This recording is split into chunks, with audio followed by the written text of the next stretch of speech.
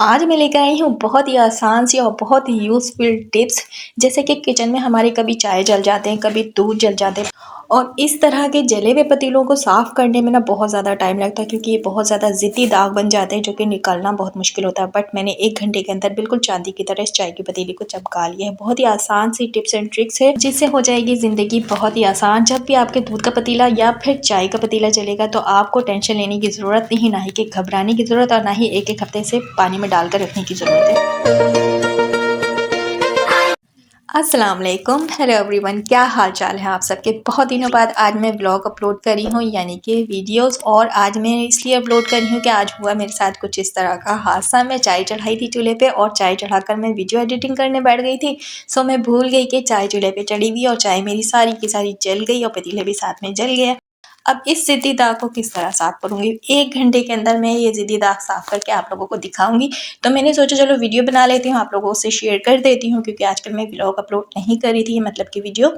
और आप सबको तो पता ही है कि मैं चाय कितनी ज़्यादा पीती हूँ। अभी वैसे भी सर्दियों का मौसम शुरू हो गया और चाय के बिना तो मैं रह नहीं सकती। सो इस पतीले को साफ़ करना बहुत ज़्यादा ज़रूरी था। तो बस सोचा कि चलो ये वाली टिप्स ट्राई करती हूँ, क्योंकि मैं अक्सर करती हूँ। आज वीडियो आप लोगों के लिए बना रही हूँ।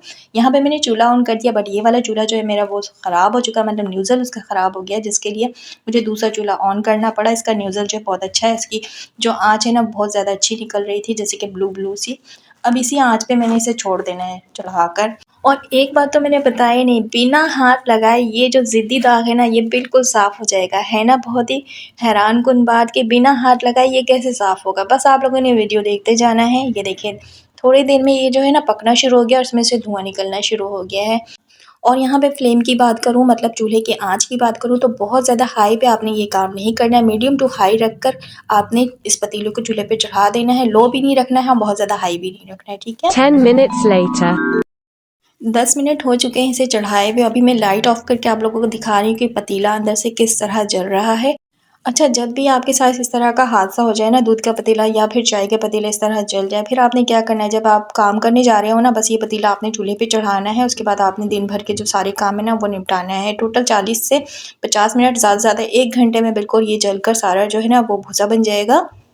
उम्र सारी 1 hour later. अभी पूरा इसको 1 घंटा हो गया था चूल्हे पे चढ़ाए हुए और 1 घंटे के अंदर बिल्कुल ये जो है अंदर से जल चुका है। सारा जो पत्ती जिसमें ज़िद्दी दाग बनकर चिपक चुका था ना वो सब अभी राख बन चुका है। 1 घंटे तक मैंने इसी तरह इसी फ्लेम पर मैंने इसे चढ़ा कर रखा था और रिज़ल्ट आप लोगों के सामने है।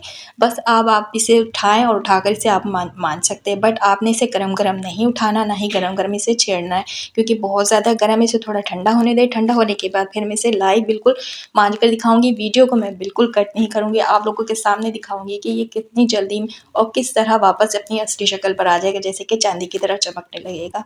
और मैंने गरम-गरम इस पैन को छेड़ने इसलिए मना किया था ना कि गरम होने से क्या होता है, सिल्वर में इतनी ज़्यादा गर्माहट आ जाती है कि कहीं पे भी ज़र्ब पड़ेगा या जोर लगेगा ना वहाँ से वो चपटा हो जाएगा। तो इस वजह कर मैंने मना किया कि आप लोगों ने इसे ठंडा कर लेना, उसके बाद मांजना। वैसे भी गरम-गरम तो मांजा जा नहीं सकता ना। और जब चाय का पतीला हो या फिर दूध का पतीला इस तरह जला लें आप ना, तो अंदर जो छाई बन जाती है ना, इसे आपने बिल्कुल नहीं फेंकना, इसी में रहने देना है। अभी मैं इसे तार की मदद से मांजूंगी, जो स्टील वाला तार आता है ना। और यहाँ पे मैंने वही वाला डिश वॉश सोप लिया है। सोप को बनाने का ना मैंने मुकम्मल तरीका अपने वीडियो में शेयर किया हुआ है। अगर आप लोगों को देखना है तो जाकर देख सकते हैं, नहीं तो इसका लिंक जो है मैं डिस्क्रिप्शन में ऐड कर दूँगी, आप लोग वहाँ से भी देख सकते हैं।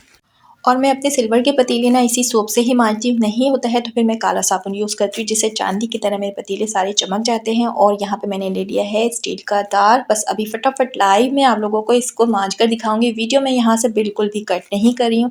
कट करूँगी वीडियो तो फिर आप लोगों ने ही कहना है कि फिर मैं कट करके कुछ और यूज़ की होंगी, इसलिए इतनी ज़्यादा चमक आ गई है पतीले में। इसलिए मैं यहाँ से वीडियो बिल्कुल भी कट नहीं कर रही हूँ। आप लोग और से देखना कि मैं किस तरह मांज रही हूँ। और साबुन मैंने कौन सा लगाया है वो आप देख सकते हैं। और आपके पास ये वाला साबुन बना हुआ नहीं है तो कोई बात नहीं, आप कोई सा भी डिश वॉश लिक्विड ले सकते हैं, कोई सा भी सोप जिससे आप अपने बर्तन धोते हैं, उससे इस पतीले को साफ़ कर सकते हैं। बस मेन टिप्स और हैक्स की बात थी जो मैंने आप लोगों को बता दिया है। बहुत ही आसान तरीके से आप इस जले हुए पतीले को, वो चाहे दूध का हो पतीला या फिर चाय का पतीला इस तरह जल जाए या फिर सालन का पतीला जल जाए, कोई सी भी जले हुए पतीले को, किसी भी पतीले को आप इस तरह साफ़ कर सकते हैं। 1 घंटे के अंदर ये बिल्कुल चांदी की तरह वापस चमक जाएंगे, अपनी असली हालत में आ जाएंगे।